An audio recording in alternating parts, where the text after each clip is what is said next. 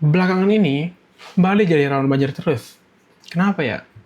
Padahal Bali dikenal dunia bukan cuma karena budaya dan pariwisatanya, tapi juga karena keindahan alamnya. Tapi sayangnya, dalam beberapa tahun terakhir, banjir makin sering menghantam beberapa wilayah di Bali. Bahkan sampai ke daerah wisata yang ramai dengan turis. Kenapa bisa begini? Ada beberapa faktor yang jadi penyebab. Pertama, alih fungsi lahan. Banyak sawah dengan hutan yang dulunya jadi resapan air, kini berubah jadi villa, hotel, atau kafe. Data dari Wahli Bali mencatat, dalam 1 dekade terakhir, ribuan hektar lahan hijau hilang karena pembangunan pariwisata.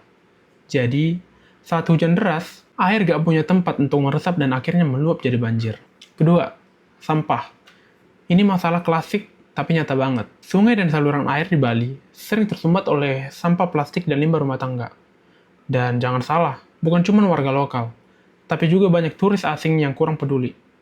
Ada laporan dari Bali Tribun yang bilang bahwa sampah dari area wisata Kuta dan Canggu sering menumpuk di aliran sungai hingga akhirnya meluber saat hujan deras. Dan yang ketiga, perubahan iklim. Intensitas hujan di Bali makin ekstrim.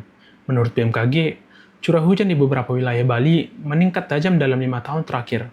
Yang artinya, hujan yang turun lebih deras dalam waktu singkat, dan itu bikin sistem drainase nggak sanggup menampung air.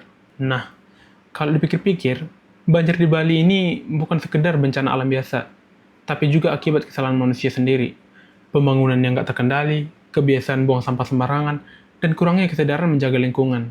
Semua itu malah memperparah kondisi. Ironisnya, Bali yang jadi ikon wisata dunia justru terancam rusak kalau masalah banjir ini nggak cepat diatasi. Dan yang rugi bukan cuma warga lokal, tapi juga pariwisata Indonesia secara keseluruhan. Jadi pertanyaannya, apakah kita harus terus menyalahkan cuaca setiap kali banjir datang? Atau mulai berubah untuk mulai menjaga lingkungan kita? Bagaimana pendapatmu? Coba tuliskan di kolom komentar. Jangan lupa like dan follow agar tidak ketinggalan video menarik lainnya.